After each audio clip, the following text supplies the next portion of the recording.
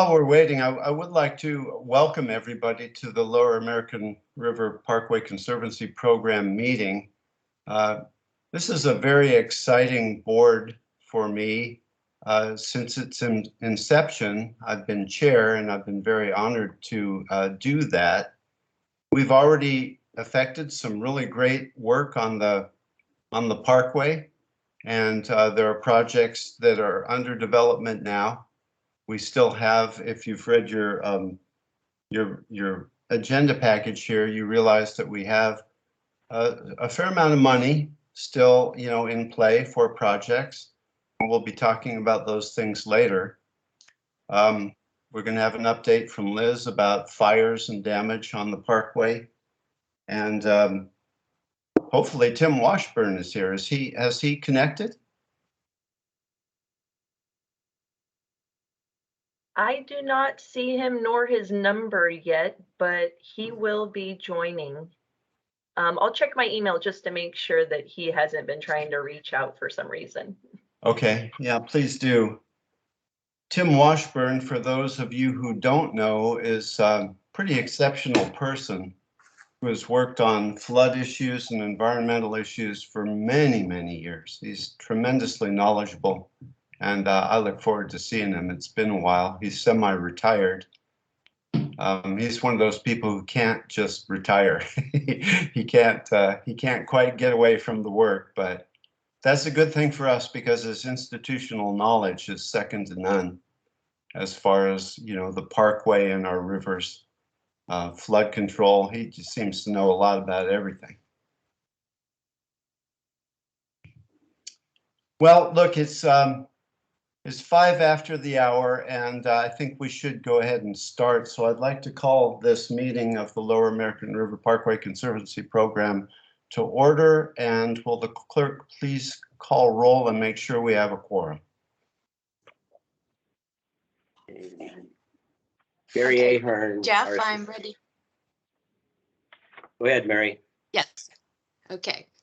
So we have Phil Cerna. Here. Rich Desmond.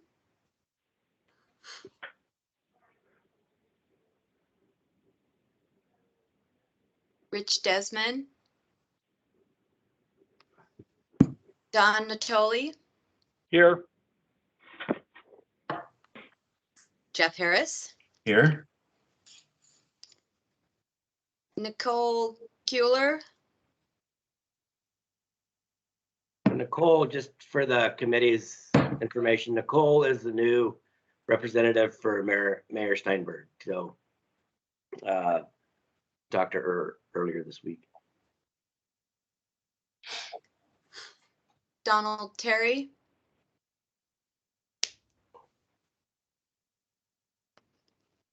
Kevin Thomas. I'm here. Matt Almy. He's not here, but it's Sally Lukenbill's here in his place. That's me for Department of Finance. Thank you, Sally. Colin Connor. Here. Stephen Green.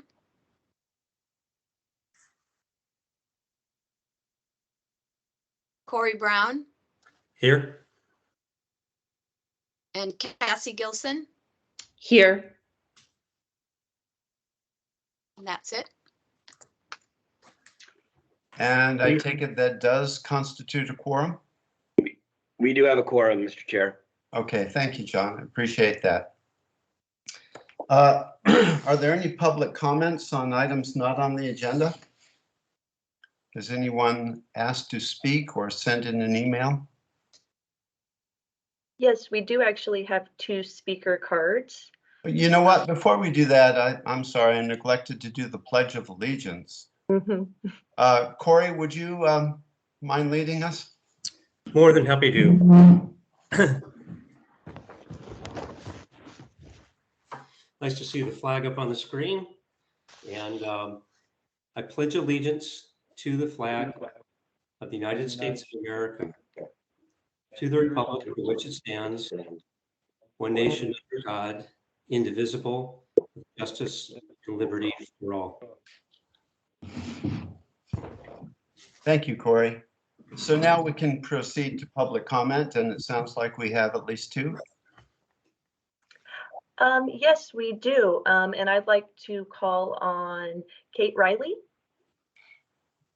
Hi, everyone. My name's Kate Riley, and I'm here from River Park, representing a very ad hoc group of unofficial, casual group of citizens who are interested in the mitigation and restoration possibilities in the Paradise Beach segment. We have 4 projects ongoing here that are bringing about a big change in our, they're bringing about some major changes. What's happened so far is 1 mile of loss of habitat from the U.S. Army Corps Contract 1. But we're not here to litigate on the projects. We are here to participate in the restoration and mitigation. So our goals are to encourage policymakers and project sponsors to look at the cumulative effects of 4 projects and to understand the importance of transparency with the community on mitigation and restoration efforts, and then to encourage cooperation between project sponsors in terms of those mitigation and restoration projects, so that working within the plan, the Parkway Plan, and also the Natural Resources Management Plan to help support, create a really meaningful restoration of a very important 100-acre area that represents a little bit of wildness in the middle of the city that's used widely, not just by River Park, but also by the community at large. Thanks. Thank you, Kate. And next?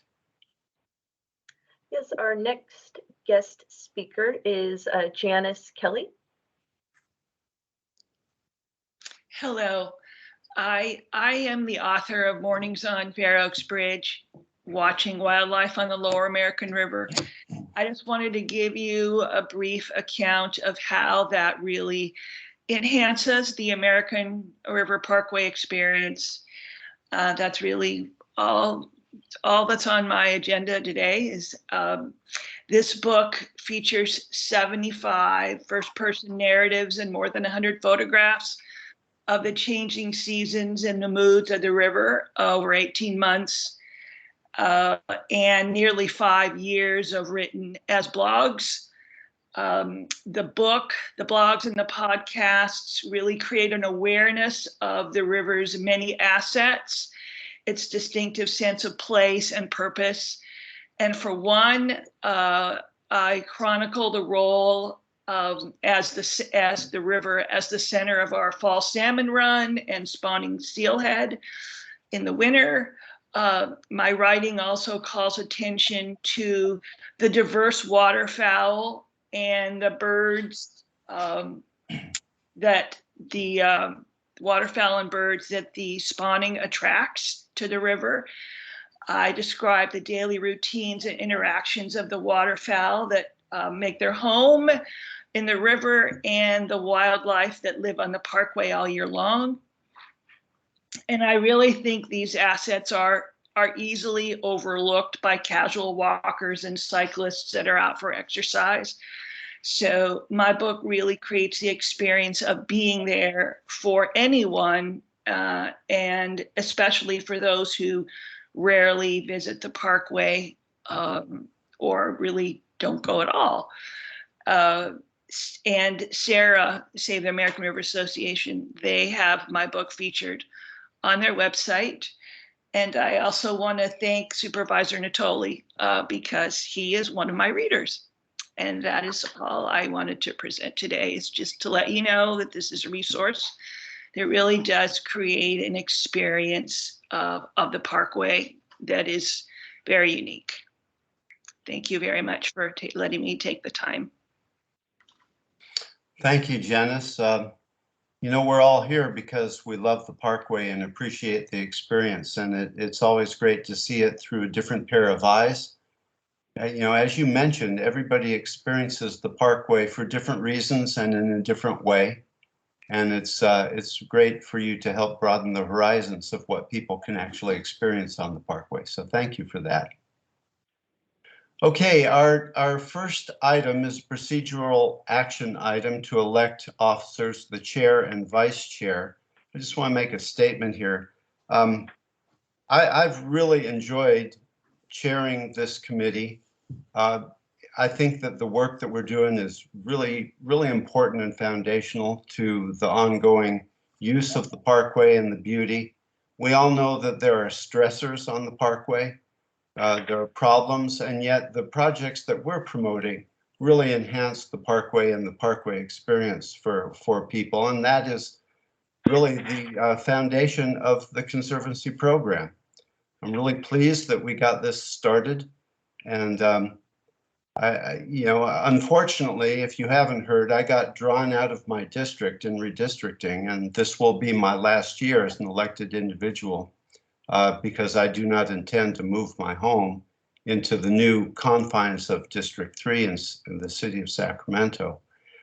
So sadly for me, I'll be leaving elected office, but there is life after council. I found out from Steve Hansen that that there are actually great projects to work on, and I will probably be focusing on water advocacy and flood control, since those are two areas that are very near and dear to me because I live in River Park.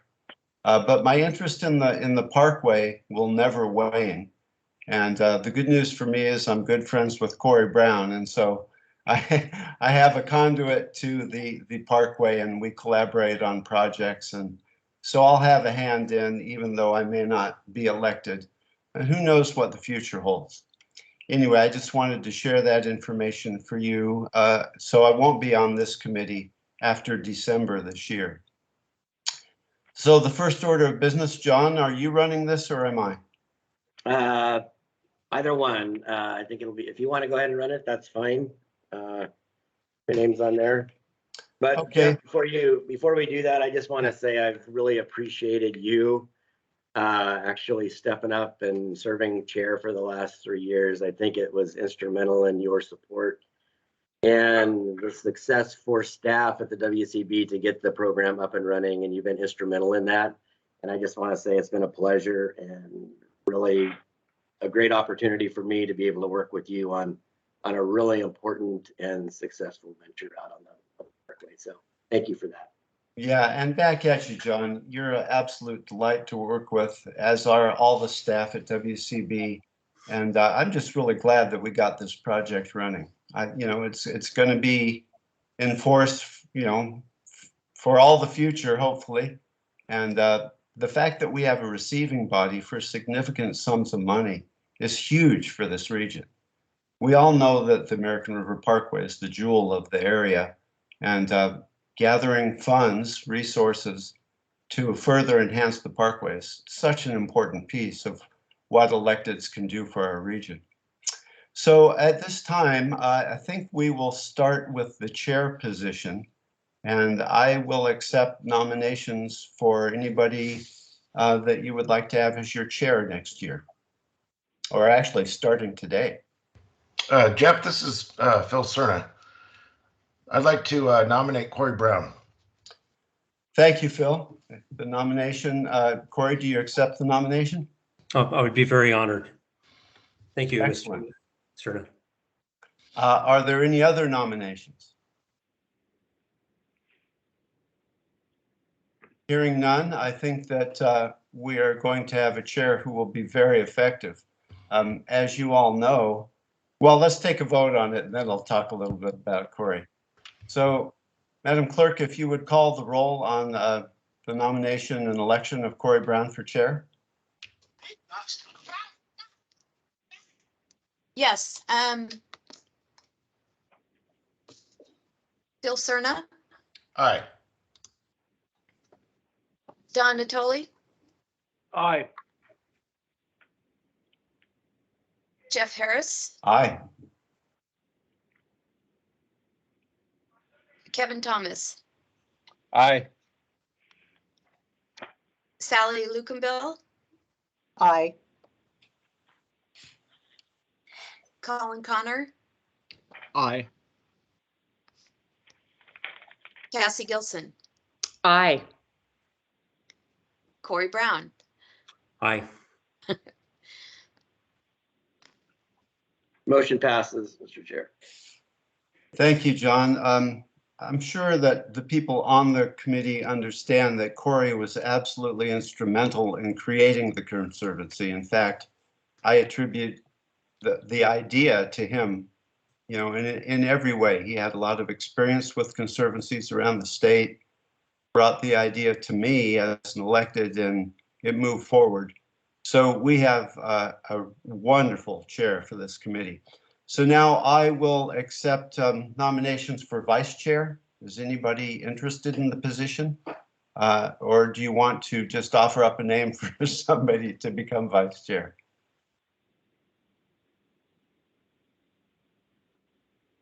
It's not a hard job. Mr. Chair, this is Director Cerna again. Yeah, If he's willing to do it, I would like to nominate Supervisor Natoli as our vice chair. and as you know, Supervisor Natoli, are you willing to continue as vice chair?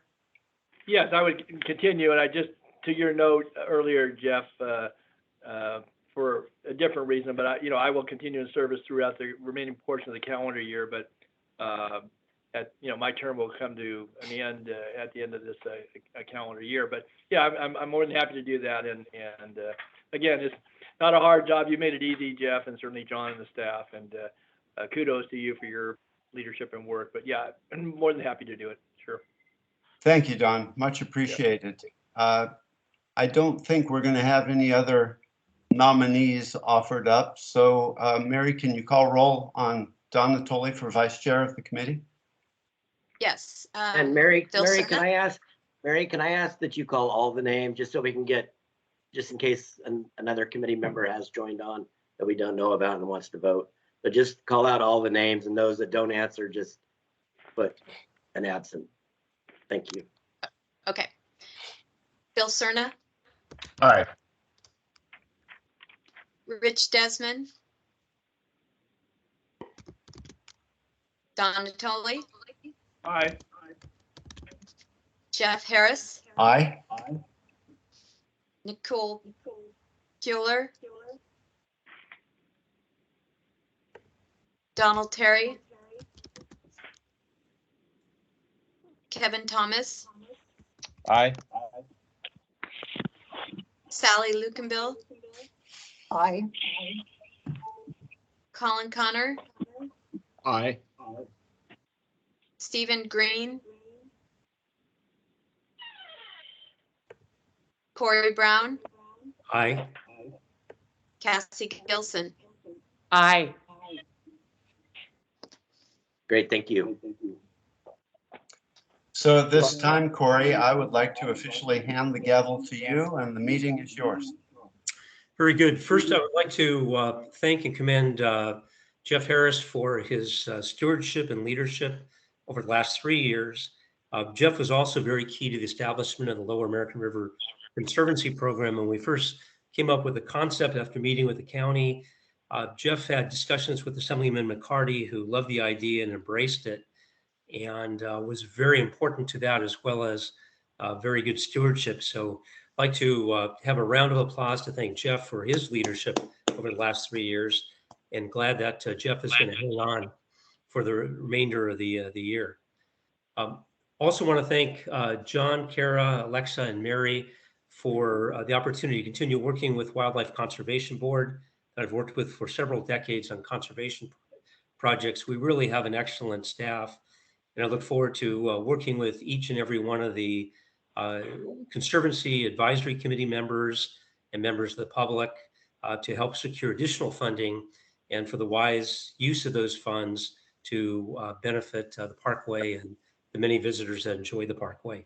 So thank you very much, Jeff, for your service and leadership. And we'll turn to the information items. John, you're going to give us briefings on both the funded projects and a funding summary. Yes, thank you, Corey, and welcome, and congratulations on chair. Looking forward to working with you in that capacity. So the first one up is a listing of all of the projects the Wildlife Conservation Board and you all have acted upon over the last, since its inception back in 2018. So this is a list of ongoing projects and the current status of those. And really what's important, or at least for you to look at, is the percent complete over on the right side. It kind of shows you what the status and how far along those projects are. All of them are in current process. Many of them are close to being completed. And so we would be happy to answer any questions on any of the projects. And we'll continue updating this list, keeping it current, and then providing an updated list at every committee meeting going forward. I think this really gives you a great snapshot of the work that the committee has done and is doing along the Parkway. And then you can see the successful work that we've all done moving forward. And I think just some of these are, almost 4 years old now. And I think it's a reflection of the last 2 years that we've all been living. Many projects statewide for WCB, we've had to extend just because of the inability for the contractors or the grantees to really do the work because of COVID restrictions, or the inability to get the contractors on board to do the work. So it's been difficult for our grantees on a statewide level, but it's also reflected here along the Parkway. And as we move through the COVID and coming out of COVID, I'm anticipating these projects will also pick up and also be completed going forward. So be happy to answer any questions if you have any. Very good. Any Conservancy Advisory Committee members have questions?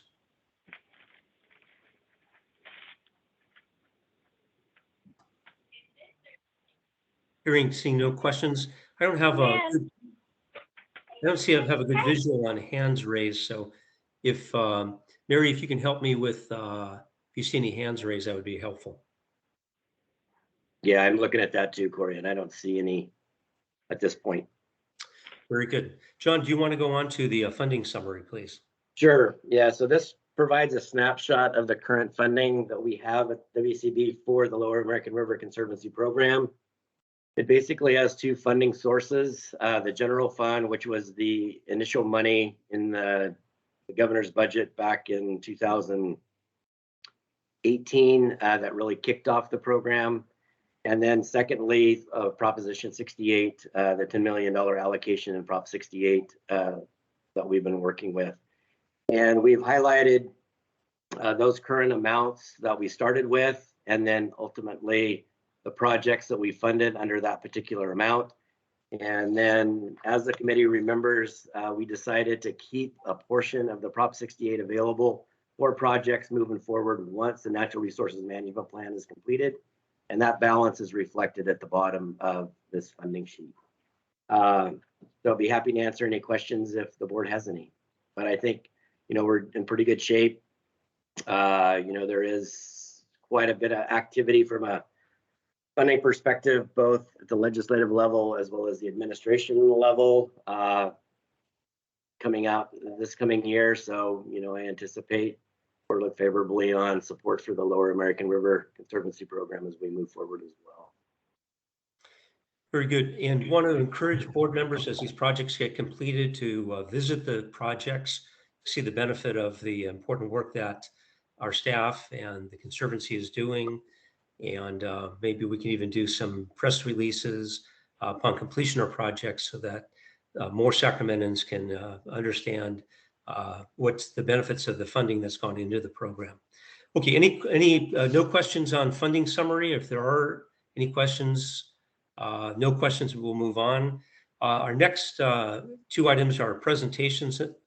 In the first, I want to turn it over to Liz Bellis, County Parks Director, talk about fires in the Parkway, damages to resources, restoration and prevention strategies.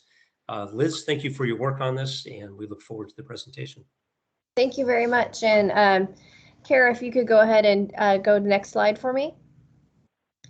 So basically, this presentation is going to give us some insight and overview of the fire data that we have for the American River Parkway. We do have a challenge, and that is that we have 3 different agencies that collect the data. We have Sac City Fire, Sac Metro Fire, and my agency, Sacramento County Regional Parks. So there is some data overlap, there's some gaps, and there's differences in mapping. And what we would really like to work towards, a desired solution, is to create a singular data collection system that all agencies can use, which will provide clear mapping and tracking of the number of fires and acreage burned. And then we will also utilize our natural resources management plan to track the type of area that is burned, i.e. if it's an oak woodland or if it's a riparian habitat, because that will better inform us on restoration strategies in the future. Next slide, please. So this is the information from my agency, Sacramento County Regional Parks. This shows the number of fires over the last 5 years. 2020 and 2021 have the asterisks by them because those years had at least 6 months worth of time where there is a public health order where we were to not move encampments. And there is some correlation between encampments and number of fires on the parkway. Next slide, please. This breaks down the number of fires between Sacramento City Fire and Sacramento Metro Fire. So as you can see, the majority of the fires fall within the jurisdiction of Sacramento City Fire. Next slide, please. So this is a map to show you the fires, where they are occurring specifically on the parkway, and then the circles show you relative size. And if it's a white circle, that means it's unreported, and that's one of our data gaps that we have. Next slide.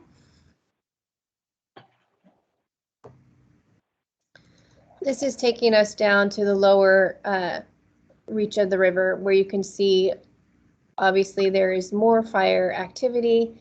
And this is also where we have had our larger fires, where you can see there are a couple of red circles where the fires were more than 30 acres in size. Next slide, please. These are maps that were provided to us from Sacramento City Fire. And as we develop this singular system, I would like to utilize the mapping tools that Sac City Fire has, because I think these are an excellent example of showing the activity. And this is directly related to homeless fire incident locations. And so you can see the information from both 2020 and 2021 for the same period of time. Next slide. And this is just another way of showing that same information. It's kind of a heat map to show you.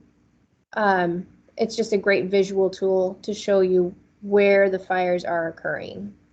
And since this is from Sac City Fire, this was information for the entire area that they provide services, and not just the parkway. And when we develop our tool, we of course would just focus on the parkway.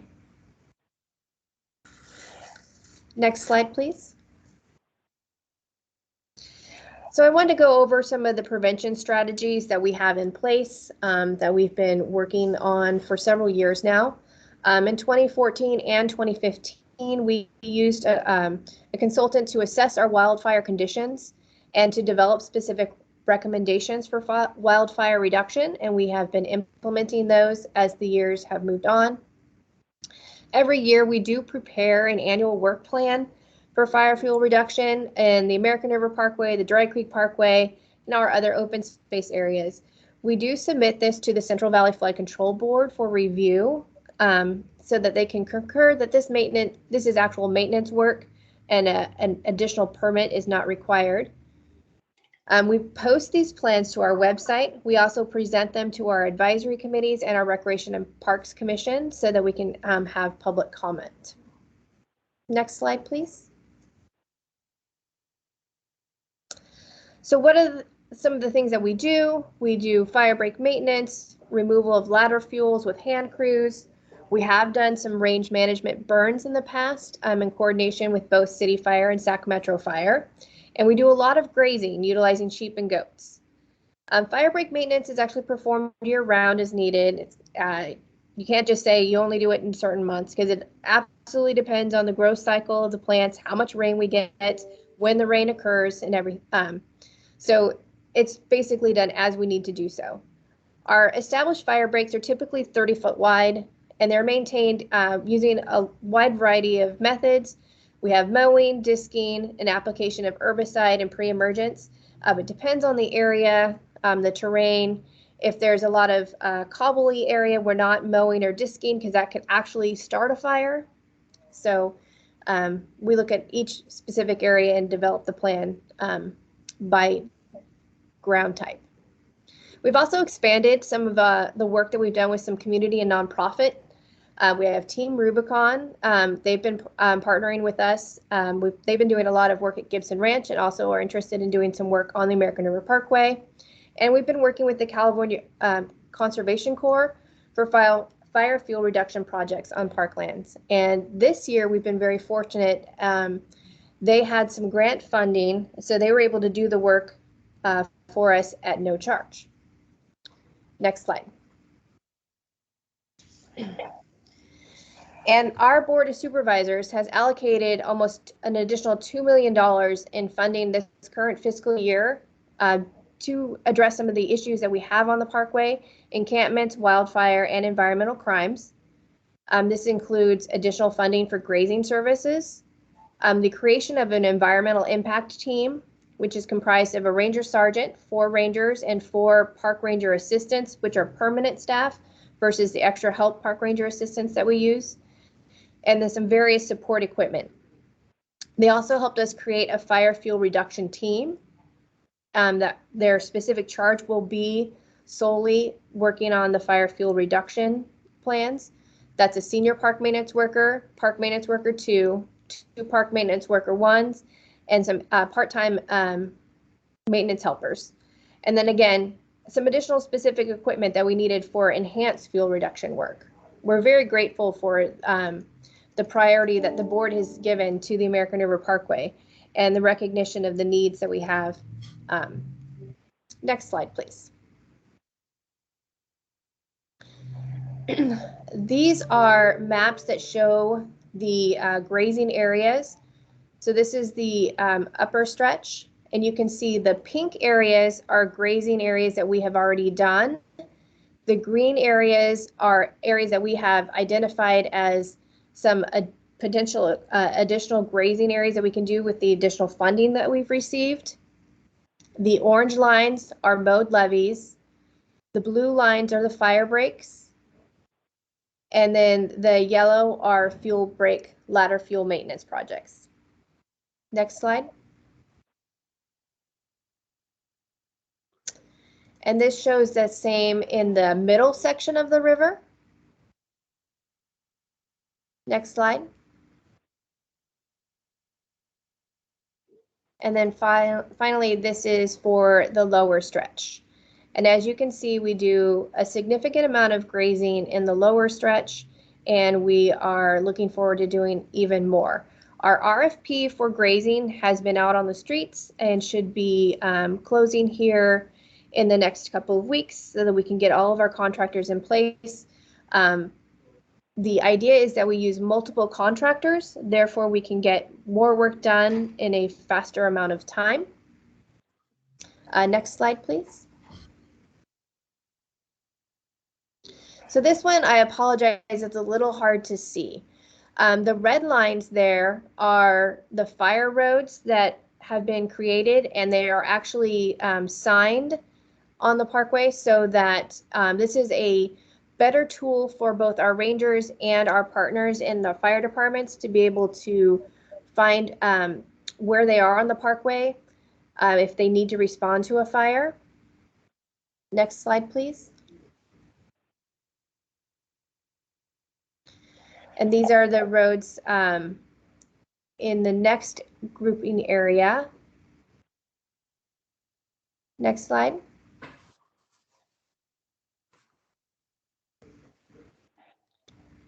This is around the Bushy Lake area. Next slide. This is in the middle upper area. And so for this map, for whatever reason, the colors changed and the fire roads are actually yellow and the trail is red. These have been identified and we are in process of placing the signs on the fire roads.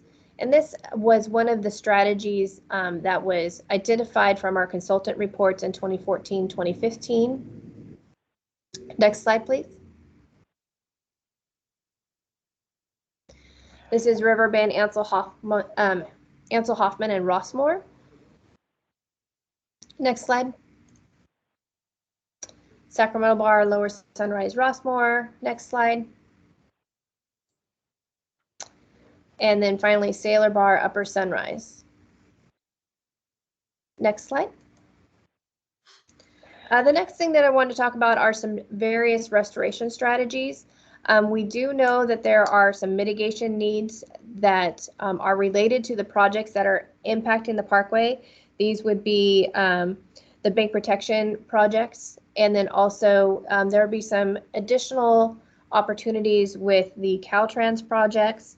And then PG&E also has some work that needs to be done on the parkway for mitigation and restoration that we are still working on citing those locations, utilizing our natural resource management plan maps. But we have approximately 46 acres of veld mitigation and 272 inches of oak tree mitigation that needs to happen. So we are working with the various agencies to cite those. And Kate, I'm hearing your voice in my head right now, talking about making sure that we are coordinating and letting everyone know where that's going to take place.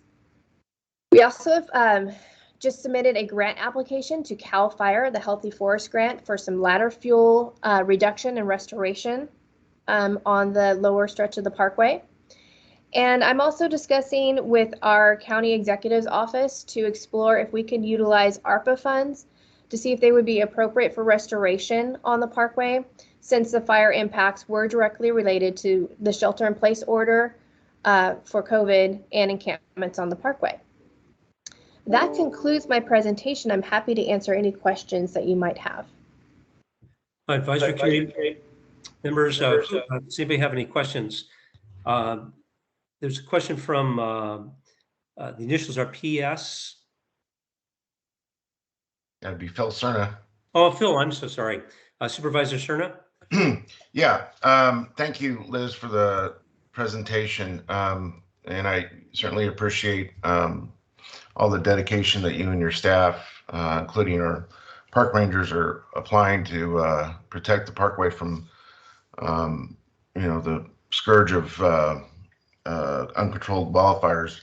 What I didn't hear in the presentation, however, was what we're doing that's just as concerted about ignition sources as we are fuels.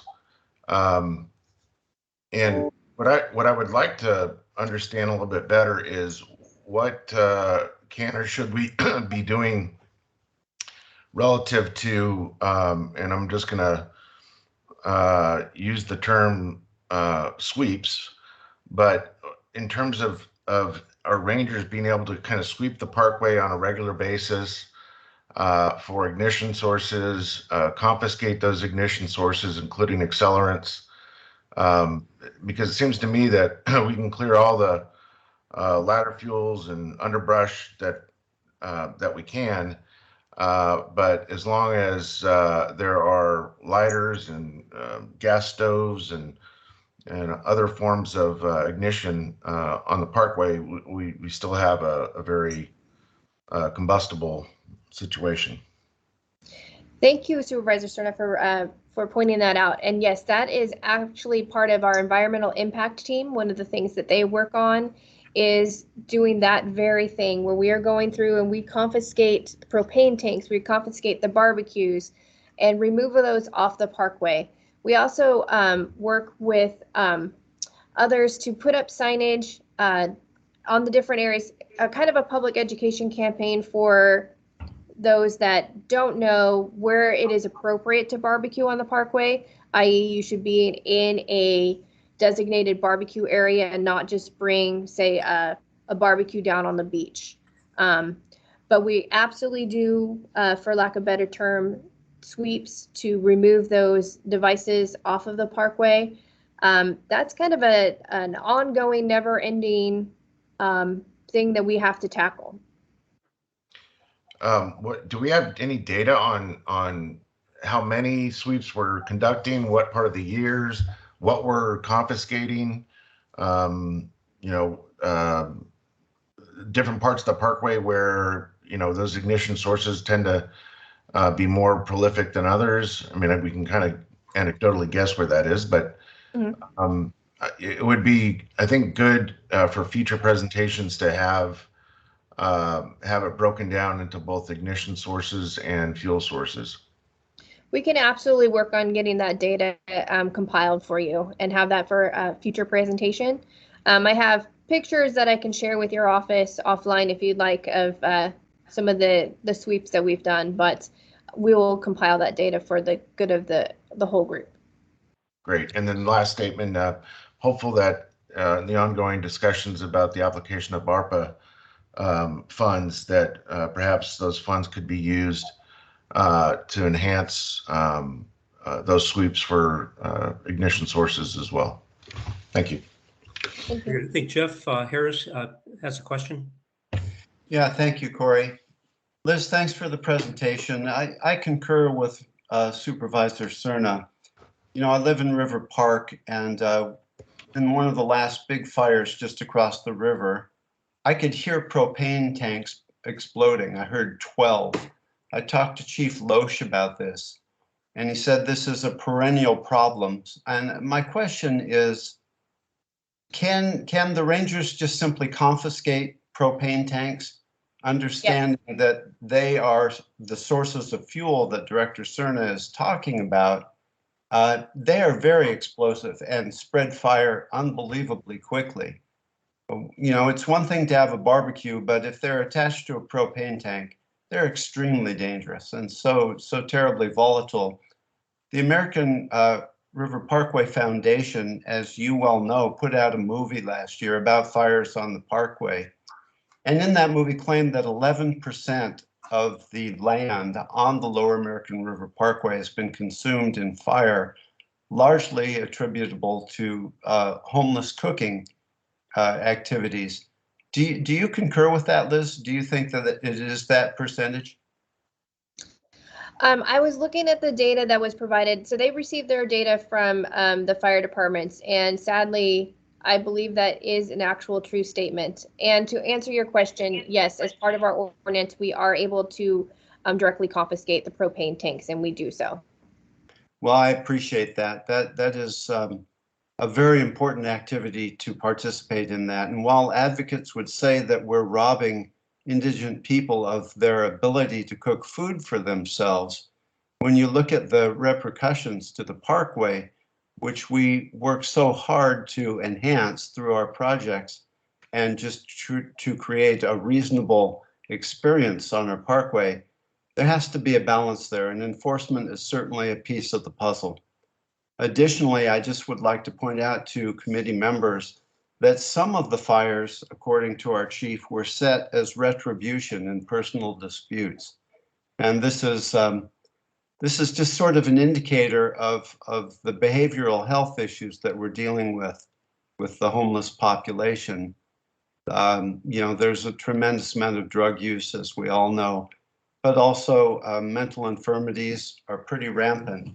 And the homeless population on the parkway is deeply entrenched. These tend to be older folks who have lived on the parkway for years.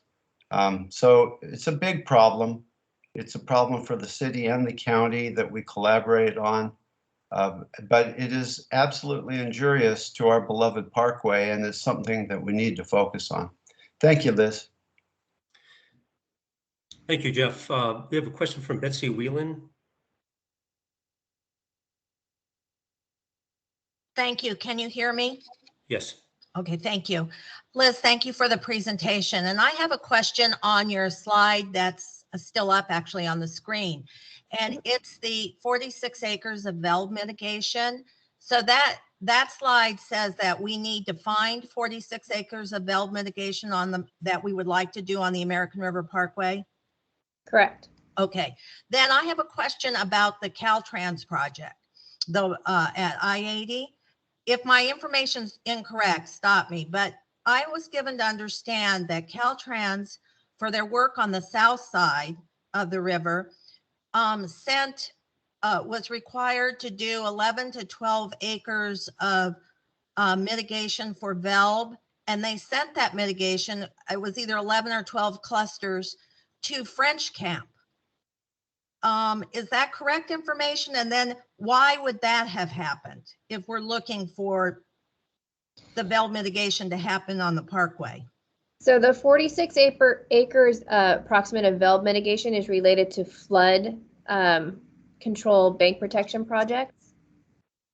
And as far as the Caltrans and their ability to send the mitigation off-site, that would have been worked out with the regulatory agencies and would have had to have been approved by the regulatory agencies that were reviewing their project.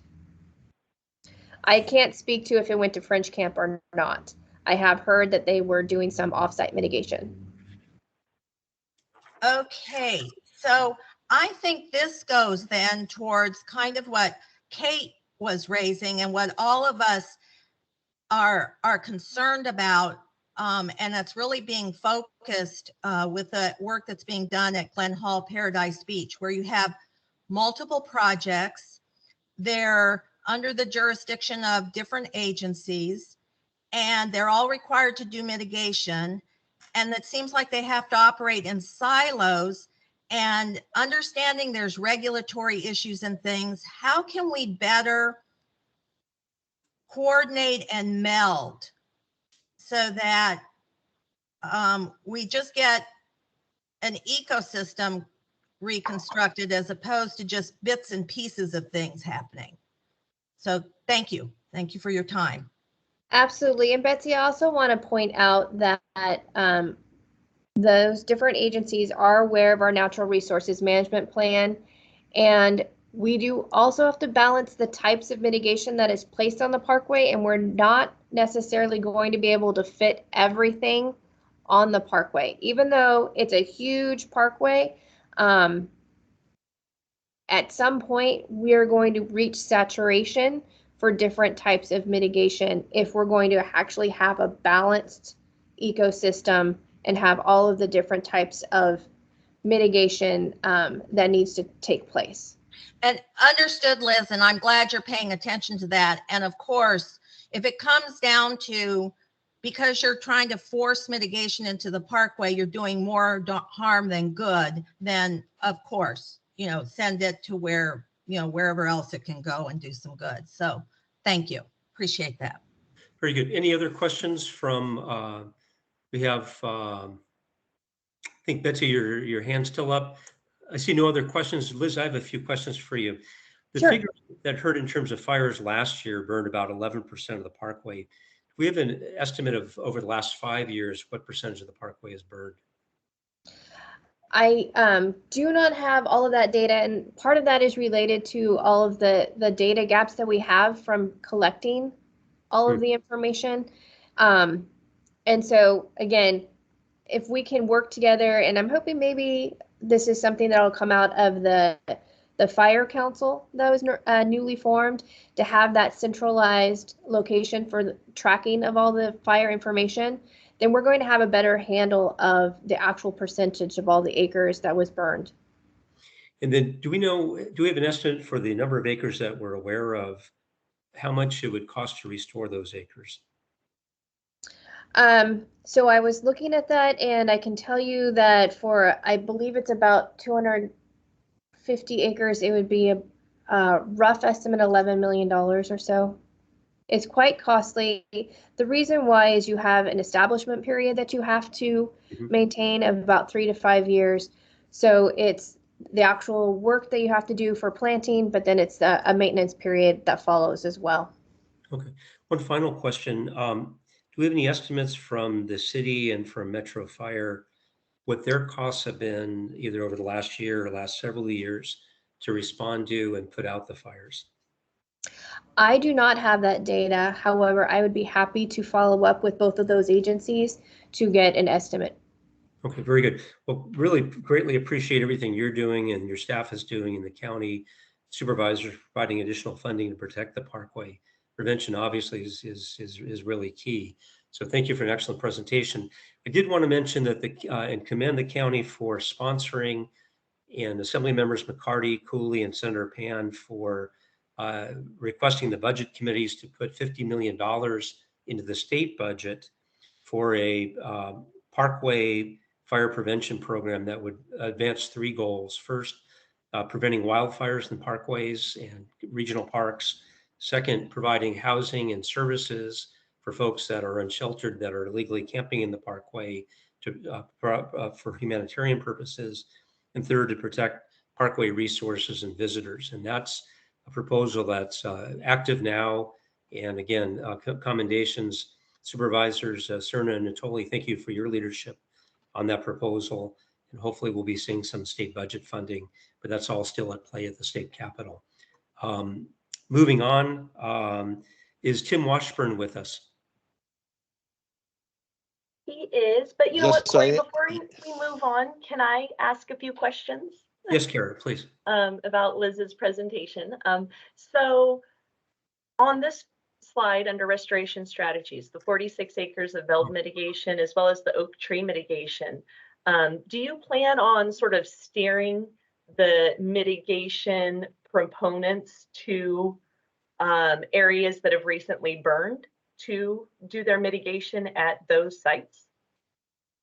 As much as possible, if it works, yes, absolutely. We're looking at the recently burned areas.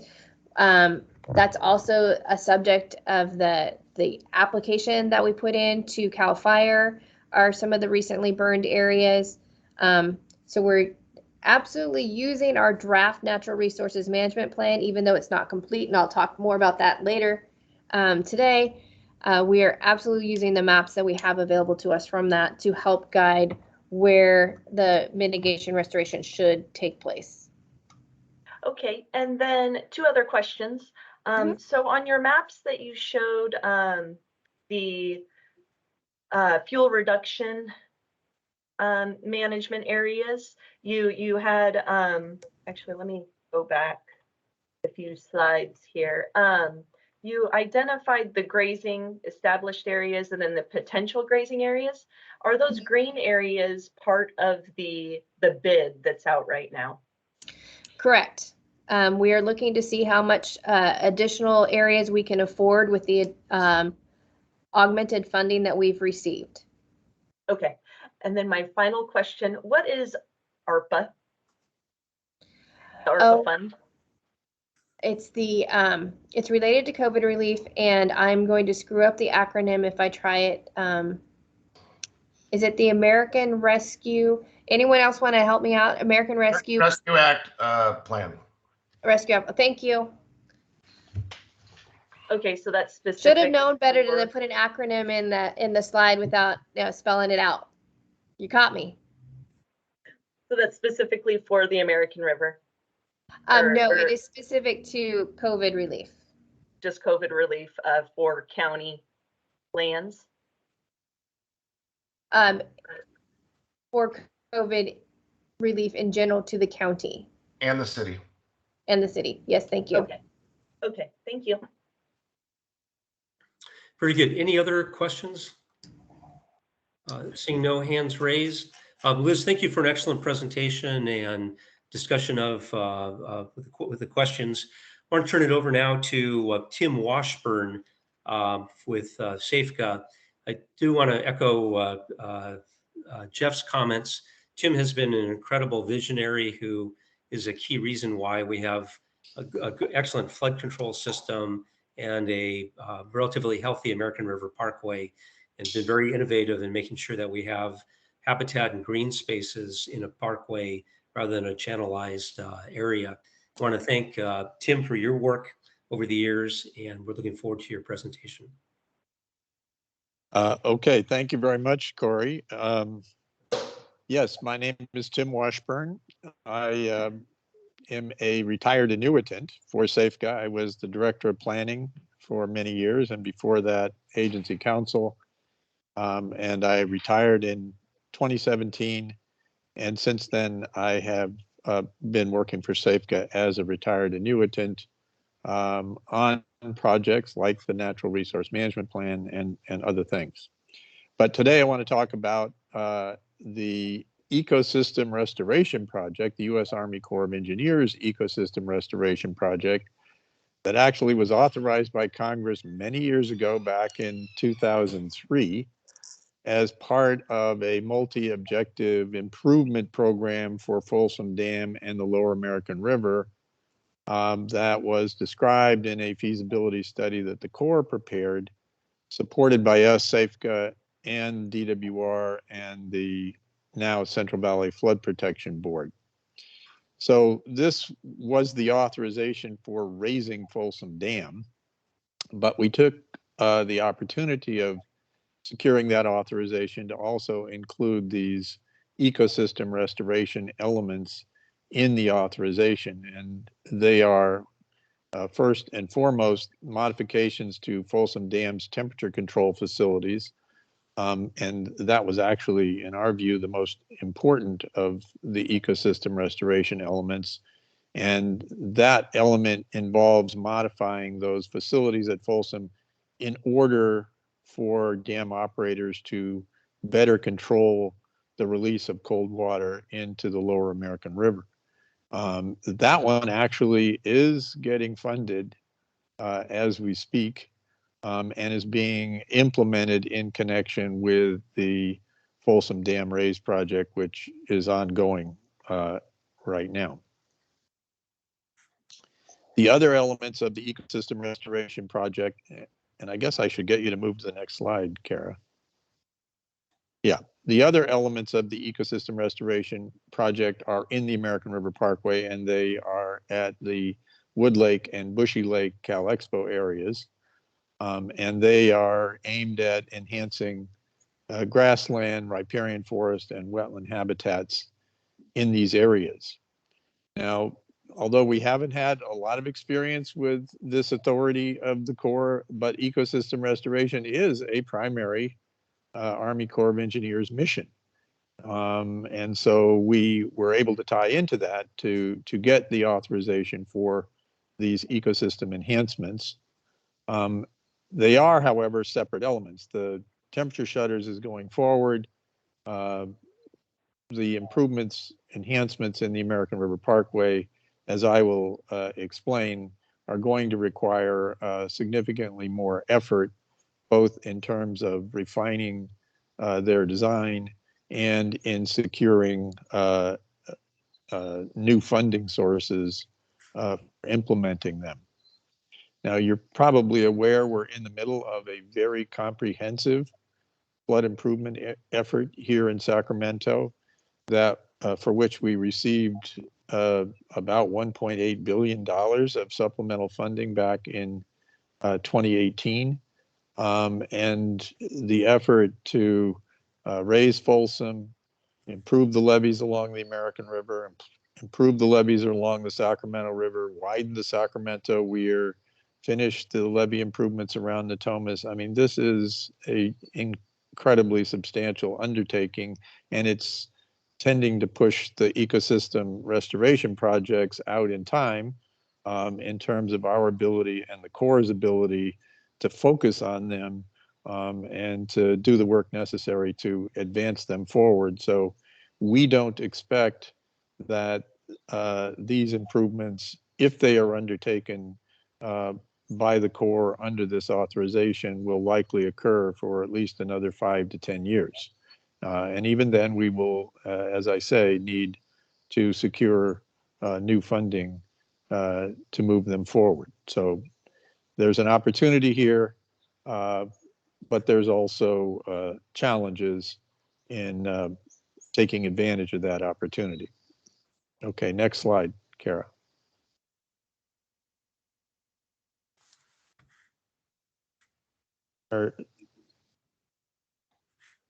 Kara, can you advance to the next? I did. It might just be a Okay, little there we go. slow. Okay, sorry. Okay, so the Wood Lake area is, as probably most folks know, it's quite high. The floodplain rarely receives water from the river. Really, takes about 50 or 60,000 cubic foot per second release from Folsom to put water up there. That doesn't occur very often, perhaps about every 10 years or so. So it's a high floodplain. Much of the original vegetation in that area was removed to make way for agriculture in a prior era.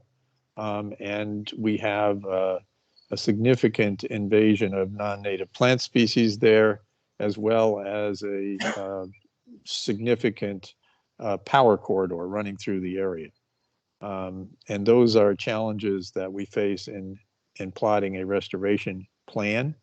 In 2003, the goals were to maintain the existing high quality habitat, to manage the non-native invasive plant species. There's an opportunity to restore some hydrologic interconnection between the river and the lower part of the floodplain there at Wood Lake, to reestablish native grasslands, and to take advantage of some existing drainages to establish some riparian forest and oak woodland and oak savanna. So next slide, this is sort of there's a figure demonstrating what this looks like. And here on the slide, we have in coloration, the darker green is riparian forest, and it runs along the drainage on the north of the property, and then follows that drainage down along the eastern edge of the property down toward the river. And so there's adequate hydrology there to support riparian forest, and that is the concept there. There's a oak woodland concept that is the lighter green, we'd call it, sort of olive green, that also has adequate hydrology for a more dense oak woodland, kind of in the middle of the area. The brownish area is designated as oak savanna, so less dense oaks and grasslands interspersed. And then the light green, the very large light green area, would be restored grassland, a lot of it in the power corridor that runs through the area there. And then down on the west side, in that bluish area there, the floodplain actually is low there, and there is an opportunity with some grading to actually get some backflow up into that area and provide some shaded riverine aquatic habitat there in that portion of the Wood Lake area.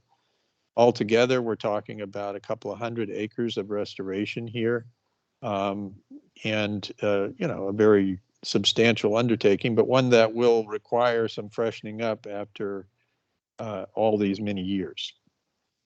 Next slide.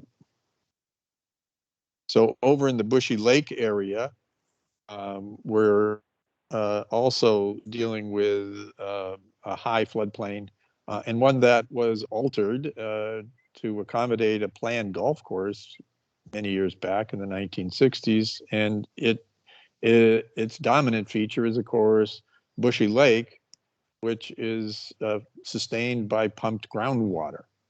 And so this restoration concept was largely built around the concept of providing even augmented surface water into Bushy Lake, perhaps pumping from stormwater that enters the American River Parkway at Chicken Ranch Slough. That concept has really proved not to be particularly viable. The notion of pumping stormwater up onto the floodplain and running it into Bushy Lake to augment the groundwater supply. So much of what I'm going to show you here is going to need substantial redesign. But the concept was to maintain the existing high quality habitat around Bushy Lake, to address some water quality issues in Bushy Lake. There's also quite a bit of non-native invasive plant species here in this particular area. And then there are, I'll show you, there were some ideas about creating some channel connection from the lake down to the river, and also terracing some of the steep banks at the lower edge, and providing some riparian forest, oak woodland, and oak savanna in the area. Next slide. So this is kind of what it looks like. The Bushy Lake is, you know, the area at the upper end there, and you can see the concept was to expand the, you know, open water area there in blue, and then to provide additional wetted areas, intermittently wetted areas in purple, that kind of light green. Off on the east side there was the concept of a treated wetland if we were able to put the stormwater, pump it up onto the high floodplain. And again, I don't believe, we've subsequently concluded that that's really very feasible. And then the green area there would be riparian forest, but that depends on our ability to manage the hydrology at Bushy Lake. Now, your conservancy is currently funding a study at Bushy Lake, and a lot of what happens here will depend on the outcome of that study. And in particular, what is the sustainability of the hydrology associated with Bushy Lake? It depends virtually entirely on water pumped from the ground by Cal Expo and into the lake. And I'm myself skeptical that what you're seeing here in terms of wetted lands will likely be determined sustainable once we really deal with the long-term sustainability of this water body. So that part of the enhancement plan, I believe, will probably require some significant rethinking, including that sort of bluish channels extending down from the lake toward the river. There's just not enough water to sustain those habitats that you're seeing. On the other hand, the brown area, oak woodland savanna, is certainly feasible there, as we believe the sort of, I guess that's a very light brown extending from I-80 back to the east. That's an area where we think the floodplain is low enough that you could actually create some seasonal channel wetland there. And then over on the east side of the area in gray, again, we think there's an opportunity. It's quite steep there, the ramp up to the floodplain. If that were graded down, we think there's an opportunity for creating some riparian forest, seasonal wetland, and shallow aquatic SRA type habitat in that area. But again, I would say this area will require some, you know, substantial rethinking, depending on where we all land with your effort and with Michelle Stevens and Sac State to kind of come up with a long-term vision for what we can do with Bushy Lake. The next slide. So the path forward right now, as I mentioned, the priority is to move ahead with the temperature shutter modifications. We expect those will be completed in the next 3 years.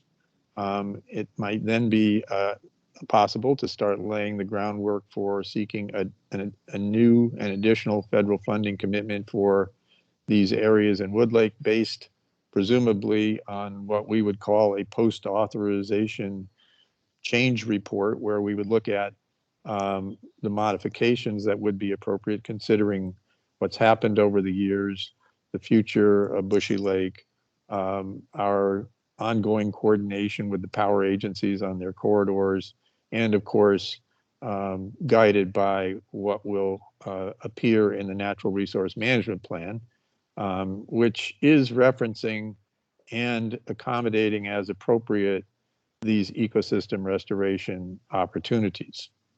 Safeco Management is committed to pursuing these modifications, subject to substantially completing our ongoing risk reduction program. But I think you could count on Safeco to be a partner in advancing these ecosystem enhancements. As I indicated, we will need some post-authorization adjustments and studies, which the Corps would need to carry out. I think a key element here, and perhaps one of the reasons for this presentation to the Lower American River Conservancy program, is we really haven't had much state support for these ecosystem restoration projects. And that is because DWR and the board had, certainly back in 2003, were of the view that they didn't really have authority for ecosystem restoration. And so they were, in their view, not appropriate state partners for this element of the core program. But more recently, as of 2017, with the update of the Central Valley Flood Protection Plan, they have incorporated a conservation strategy into the Central Valley Flood Protection Plan that was first adopted in 2012. It's now being updated again in 2022. So we think there is an opportunity for some alignment between the conservation strategy in the Central Valley Flood Protection Plan and your Lower American River Conservancy program. And we've arranged a meeting with the Parks Department, DWR, the board, Safeco, and Kara from WCB for next week to begin a discussion about how to align the efforts of WCB and the conservation strategy that has been incorporated into the Central Valley Flood Plan. So I look forward to hopefully a more energetic state partner here, and then some decision making on the wisdom of trying to advance these ecosystem projects through the core ecosystem restoration authority. And I guess I would say the benefit of that is there is the potential for federal funding up to 65% of the cost. You would have in Safeco a long-term responsible party for the operation and maintenance of the ecosystem restoration that would be a requirement of the core program. That's certainly a benefit in this area here, which is, as we all know, a challenge to operate and maintain. So I think there are certain benefits to pursuing this federal opportunity, but it doesn't mean it's the only way to pursue ecological uplift in these areas. And certainly the Parks Department, well, as the owner of Wood Lake and the state through Cal Expo can decide to do different things, but I believe this federal opportunity at least needs to be kept on the table and thought through as to how it could fit into the long-term vision that you're all about here. Okay, that's all I have to say. I'm happy to answer any questions anybody may have. Thank you very much.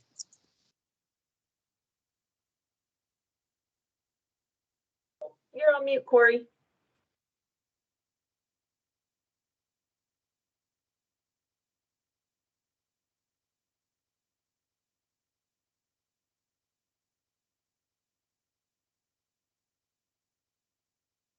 Hey, Alexa, I don't know if Corey's having a hard time unmuting himself, but is that something you can do? I think I've got it. There you go. I apologize. I'm not as familiar with Teams as I am with Zoom. Jeff Harris has a question. Jeff? Yeah, thank you, Corey. First, Tim, it's great to see you and excellent presentation. You know, as I said earlier, I'm not sure if you were on the call yet, but you have an historical knowledge of core projects and ecosystem restoration in this area that's just second to none. I don't think anybody has in their head what you do. And frankly, I consider you a mentor, and it's just a pleasure always to speak with you. You know, the strategy of bringing in the state on these projects, I think, is really valuable. And I appreciate that you're tying the Central Valley Board with the Conservancy and WCB to look at this. I also really appreciate the fact that, you know, many people don't know about the golf course project that was, you know, presented so many years ago. Many people today really do not know historically why the parkway looks the way it does. And yet that's such an important piece about projects that we might consider going forward. You know, when you look at the invasive species and the way the parkway has been altered over the years, I think your perspective is extremely valuable. So I will look forward to hear about what transpires between the Flood Board and WCB and possible state participation. I also really appreciate that you brought up the fact that when the Army Corps does flood control projects, they're obviously essential to the survival of Sacramento and the region. But they do create a lot of issues, you know, in the trail of the projects. There's a lot of pieces to pick up. And that it's a long game, right? That when we talk about mitigation from core projects, some of it happens quickly, some of it takes decades. And that's an important piece for people to understand, that the ecosystem between our two levees is a highly altered place. It has been subject to many projects, many ideas over the decades. And I think people often forget that the ecosystem we're actually trying to protect with our levees is where we live. And that, you know, the habitat that we talk about, while more natural, certainly between our levees, the habitat in our city and our region on the land side of the levees is a very valuable habitat indeed for all species, including bipeds. Anyway, it's a long way of saying, Tim, that I really appreciate you bringing this presentation and the historical perspective. So thanks for coming to the Conservancy Committee today. Well, thank you, Jeff. And I guess I would echo, I came to SAFCA in 1989 when it was formed. So we're 30 years into this. It takes forever to do these things, forever. And I am quite pleased that we have a new generation of younger people coming along who are hopefully able to pick up this mantle and keep it going, because it outlasts even aged people like myself at some point. So. Did you just call me a younger person? Well, compared to me, my friend. Well, thank you for that also. All right, Corey, that's it. Thank you. Very good. Tim, I remember sitting in the Capitol negotiating sessions when the SAFCA legislation went through, and it's a lot of great work has been done. We next have a question by Cassie Gilson, followed by Kara Allen. Cassie? Thanks so much, Corey. And Tim, thank you so much for your presentation, and a belated thank you to Liz for hers as well. One of the things that strikes me as you guys put your presentations up and we see the maps, and this is true also when we look at what we're funding as a group here, is where we're making investments and how they overlay with the areas that are being burned.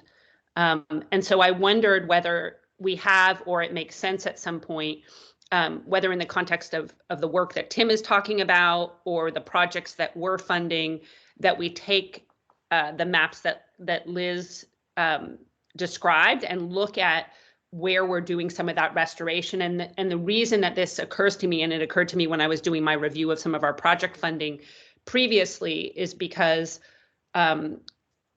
it would be frustrating to invest a lot of money in a place that seems to continually burn for the myriad of reasons that we're all familiar with. And so I just wanted to sort of note that as something to keep in mind as we think about this kind of work and we think about where it makes sense to make the investments, and also maybe the scope of the investments in terms of what kind of work is being done there, if there's an anticipation that it may very well burn again in the future. And I know we're all frustrated and trying to balance that continual threat to the parkway, but I also want to make sure that we're being realistic about where we're making the investments in light of the reality on the ground.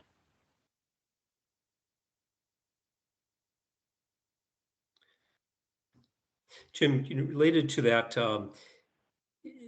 related to Cassie's point, when the restoration projects are designed, I assume that they factor in fire regimes and trying to make the habitat more resilient to fire, and factor in the changes that we've seen and will be seeing with respect to climate change, which would be one of the important reasons to update the plans that were done a couple decades ago. Yeah, I mean, I would say both of those issues, management of fire in the parkway and anticipation of climate change, have become much more acute in the 19 years since we originally came up with these concepts.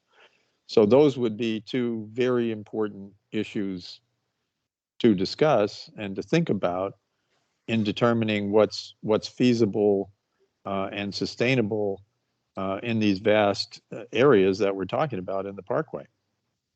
And that goes for Bushy Lake as well.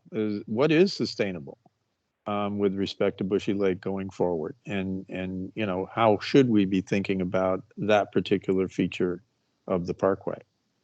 But I think definitely those are things we could do.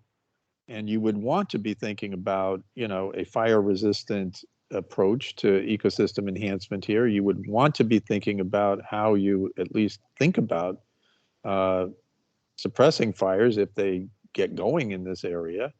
So I think that would be a vital discussion. I don't think we want to be in a mindset where, if you put Bushy Lake, Cal Expo, and maybe add the Discovery Park East, the Aritzia area together, that's a huge chunk of the parkway that is, subject to the very issues that you're talking about that we need to grapple with. So I think it's going to take a lot of good thought, a lot of good imagination, but I do think that we should be thinking about these areas as worthy of our investment, our attention, and our care, as appropriate. One of the things we did build into the grant to CSU Sacramento, Dr. Stevens is implementing, is looking at fire-resistant plants. Yeah. Or resilient plants. Right. And it's part of it. Dr. Stevens, I've toured the Bushy Lake site a couple of times with Dr. Stevens since the fire, and she's reported that a lot of the plants are coming back that were planted and burned. So those provide some hope, and proper design, I think, can be important to addressing some of the issues I think Cassie wisely raised. So thank you for the questions, Tim. Thank you very much. Presentation. Sure. Kara, you had questions? Yeah, just one question, Tim, about the bullet point about post-authorization studies. Yeah. So knowing sort of the schedule that the temperature control modifications is on, and then other factors, when do you think might be a good time to conduct those studies or work with the Corps in getting those studies done? Yeah, I don't know the best answer to that. I think it kind of depends on how much progress we make overall in this program over the next 3 years. We sort of have a 2025-ish date for substantial completion But I also, Kara, would be guided by what we hear from our partners at DWR and the board, because their voice is in some ways stronger than ours in dealing with the Corps. And so I'll be interested to hear from them. To what extent do they want to, get this going on their priority list of activities? Because I think their involvement, if we're going to go down this path of pursuing this federal opportunity, their involvement is super important from my point of view. Okay, well, thank you. That's definitely a question to bring to them next week. Right. Yeah. Okay, seeing no other hands raised, want to thank Tim Washburn for excellent presentation and discussion of questions. And undoubtedly we'll be in communication with Tim and SafeGov over the next several years. And these projects provide a lot of promise to restore and make more resilient some of the areas that we've seen burn in the last couple of years, as well as provide some major benefits for the Parkway if we can bring them to fruition. So Tim, thank you so much for your work and for today's. Thank you. Okay, thank you. Let's move on to informational items. Let me turn it over to first John Donnelly to discuss Form 700 ethics training, and then to Director Bellis regarding an update regarding the Natural Resources Management Plan. John? Great, thank you, Corey. Yeah, this is just a reminder to make sure that you all complete your Form 700 requirements with the FPPC. I'm hoping that you've done that by now, but if you have not, please log on to the FPPC and fill out your Form 700. And then in addition, the ethics training, just make sure that your ethics training course is up to date, and that's due every 2 years. And I provided a letter to all committee members back in January. Both, I think you received a hard copy as well as an electronic copy. And in that letter are links to both the Form 700 FPP site to fill out the Form 700, as well as the ethics training if you need to have that completed. So it's just a reminder, Corey. Very good, John. Thank you. And those are very important requirements for each of us. And thank you for and just one, and they are due April 1st. So make sure that you do it before April 1st. Very timely reminder. Thanks, John. Liz, on the Natural Resources Management Plan update. Yes, so I'm happy to provide a natural resource management plan update. Part of the materials that were presented early in the meeting did indicate that we are asking for a time extension. So some of the work that's been done thus far, obviously we have our draft natural resource management plan has been completed. We are now working on, we've had a task force meeting this last month going over the admin draft of our monitoring plan, which is a very important element of our natural resources management plan. It's the tool that we're going to use to make sure that we're actually implementing our plan. We've had a great discussion with the task force members that were able to attend that meeting. We have a future task force meeting that will be scheduled where we'll be going over additional comments and feedback on the monitoring plan, as well as reviewing comments that we have received on the admin draft of the natural resources management plan. The planning staff person that was assigned for the CEQA review on our natural resources management plan actually retired, so we are regrouping. We have new staff assigned, and we're also utilizing some additional consultant resources on that, and should have our admin draft of the CEQA available early summer for public comment. And then we'll wrap up, of course, response to those comments and bring it forward to the Board of Supervisors for adoption following the statutory timelines related to that. And that is my brief update of the Natural Resources Management Plan. Were there any questions? Advisory Committee members, any questions? Natural Resources Management Plan is so critical to the work the county does and the work that we do with the Lower American Conservancy Program. The statute prioritizes projects under the Natural Resources Management Plan for funding. So we're very much looking forward to having that very important plan and vision adopted and help guide us on priority areas for funding. Seeing no questions, let's move on to, thank you, Liz, for the update. Let's keep it with Liz for the County Department of Regional Parks update.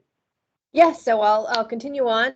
So first, the news that I hate sharing with you, but I think it's important to note each time. For 2021, our stats, there was the removal and abatement of 1,658 encampments on the Parkway, and we removed 1,303.5 tons of trash and debris off of the Parkway. So I always hate to have to share that level of trash and debris impact on the Parkway, but I think it's very important that the members are aware of how much work is being done to address those issues. I'd like to move on to some positive updates, and that is the picnic shelters at Discovery Park that have been funded in part from this group are complete with the construction. We are consulting with our tribal groups on some of the interpretive signs, and those will be completed here shortly. And that will mean that we'll be able to wrap up that project in its totality. The parking lot project at Soilborn Farms American River Ranch is very near completion as well. We're working and waiting on SMUD to help us with some electrical connection there. But very exciting that we were able to finally get some of these projects done. So I'm very happy about that. I wanted to also report out that on a regular basis, we're bringing kind of an ongoing map of all the different projects that are happening on the Parkway. So we've got bank protection projects, we've got the Caltrans project. Our city of Rancho Cordova has some work on a drainage outfall. The city of Sacramento has some, I believe, some sump pump projects on the Parkway. So all of these projects are happening over the next 3 years or so. So we are doing our best to map out those projects and the timing of those projects, because some of the construction dates are a little fluid. And bringing that forward to our American River Parkway Advisory Committee and our Recreation and Park Commission as an informational item, just so that the public is aware of what's happening. In addition to the funding augmentation that our department received for operations, we also received a significant amount of capital improvement dollars from the Board of Supervisors. And so we're going to be working on quite a few different projects. These are ADA and other facility repairs to the restrooms up and down the American River Parkway. We're working on some tree work for drought resiliency. There are some projects identified for the FEA Nature Center, and again, some additional projects identified for American River Ranch Soilborn Farms. In all, the board authorized $4.5 million in funding for capital improvement projects for the entire regional park system. And then there were some additional dollars that were assigned from the sale of Elk Grove Regional Park as well.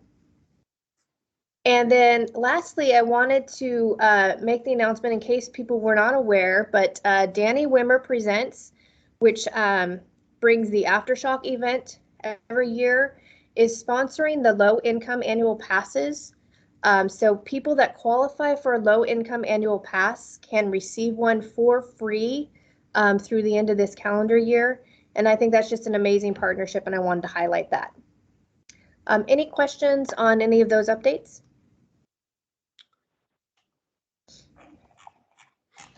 Okay, I don't see any hands raised. Anybody, last chance for questions for Liz? Liz, thank you for the excellent updates on both the NRMP and the major activities the department's conducting on the Parkway. Any committee member updates?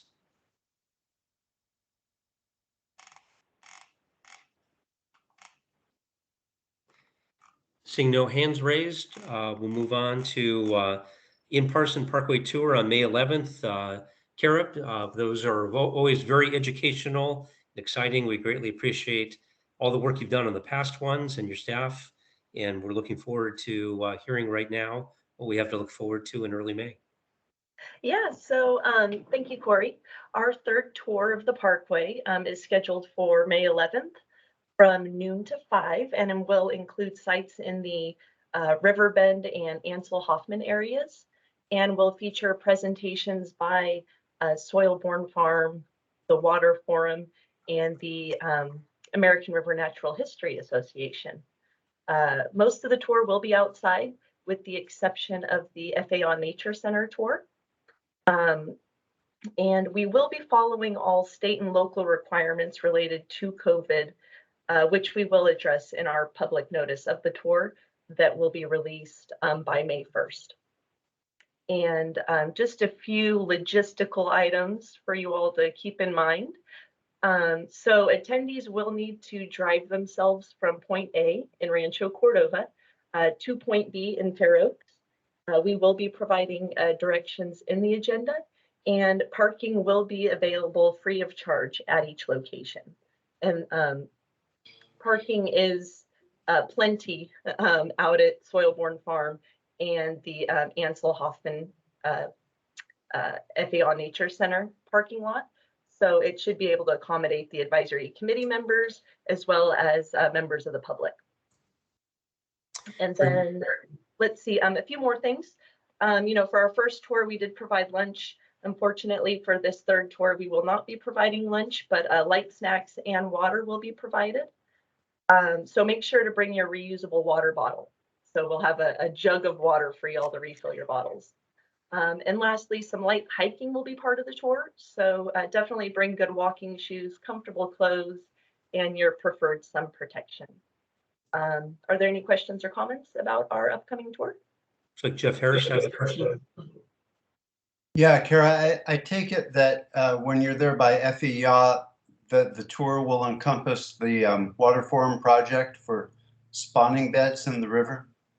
Yes, it will. There's a lot of good stuff going on at the Nature Center. And so, yes, the Water Forum will be joining us and giving us a presentation of their recent gravel augmentation project out at the river part of Ansel Hoffman.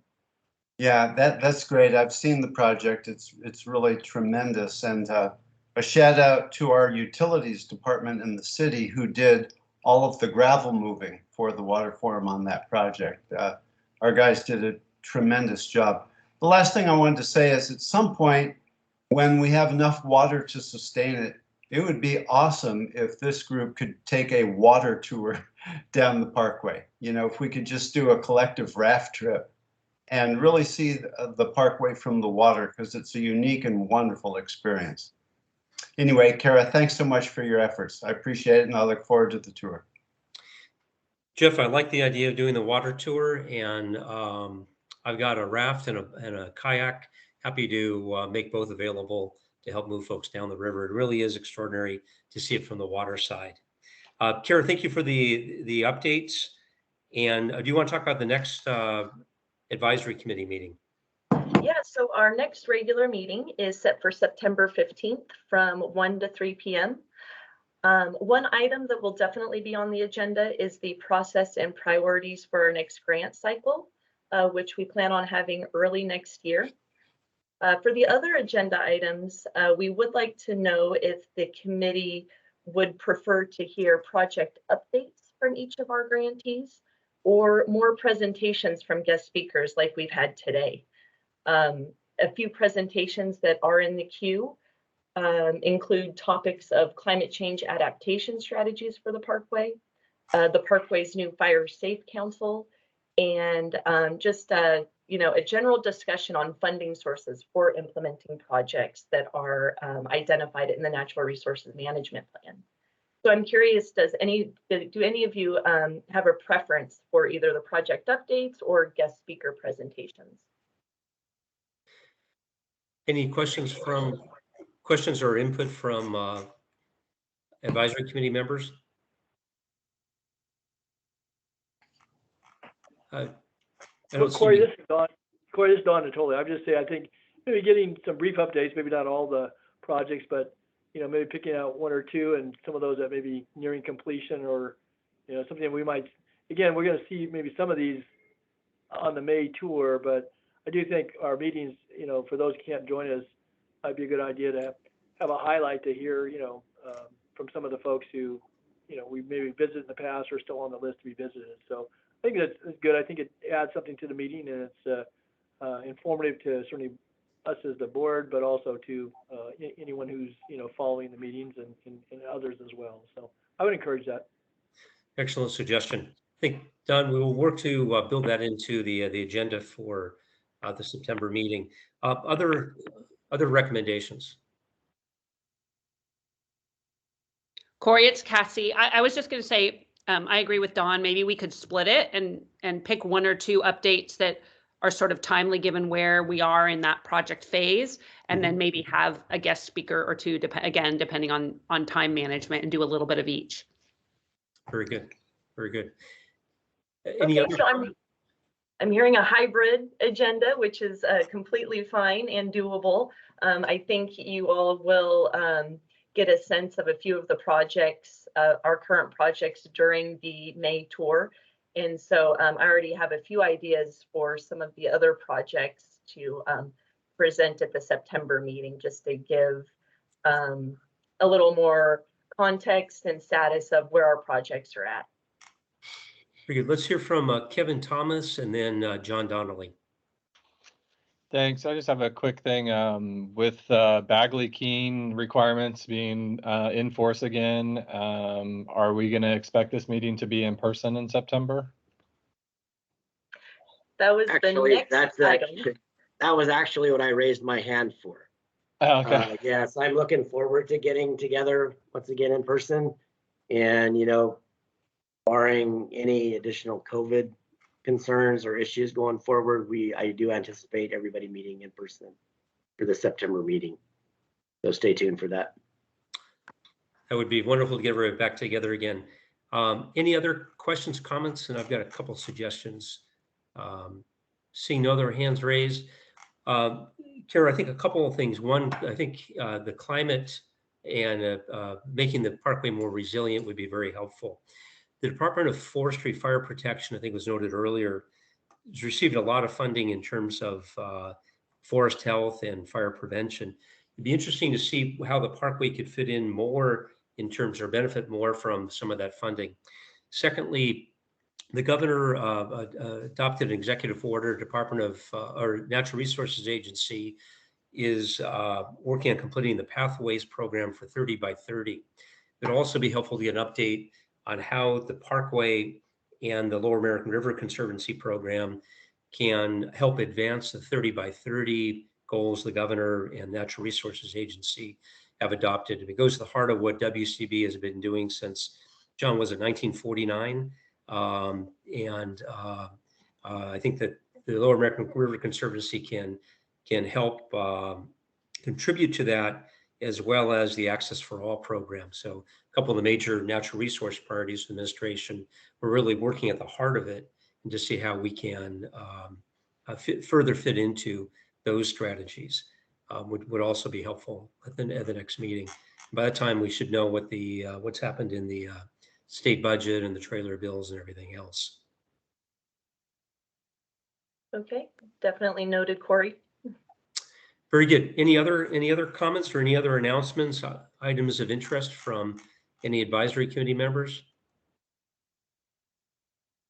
Corey, I do have one thing I just want to announce, and actually it gets to your previous point about 1949. Actually, WCB is celebrating its 75th anniversary this year. So we were created or started in 1947. And so we'll be holding an event,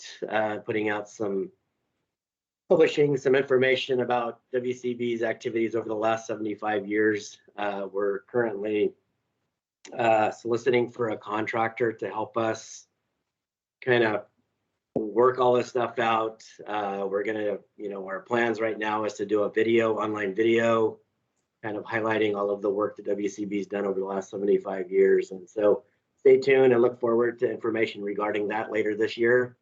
And we may be holding an event later this summer early fall somewhere around Sacramento, and an additional event maybe in Southern California. So we're working on all that stuff right now. And so stay tuned for that.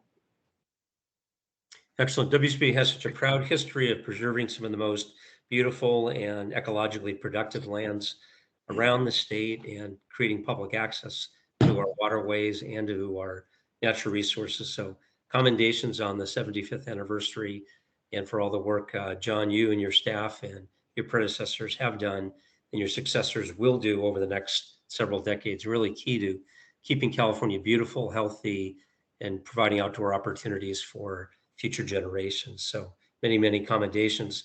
As we adjourn, I also want to thank Jeff Harris for his 3 years of service as our chair and putting us in a very good position to help protect, restore, and advance the American River Parkway. To Liz Bellis, the county supervisors, for the county's leadership and vision in establishing and managing the parkway and giving us an opportunity to help out with the health of the parkway, and to each of the advisory committee members. I look forward to working with you over the next year. On that note, I think we will adjourn. And again, thanks everybody for participating in today's meeting, both staff, advisory committee members, as well as the members of the public that really are key to the success of the program. Everybody, will see you again in May for the tour, and then September 15th for our next meeting. Great. Thank you, everyone. Thanks, Corey. Thanks, John. Bye. Thanks. Bye.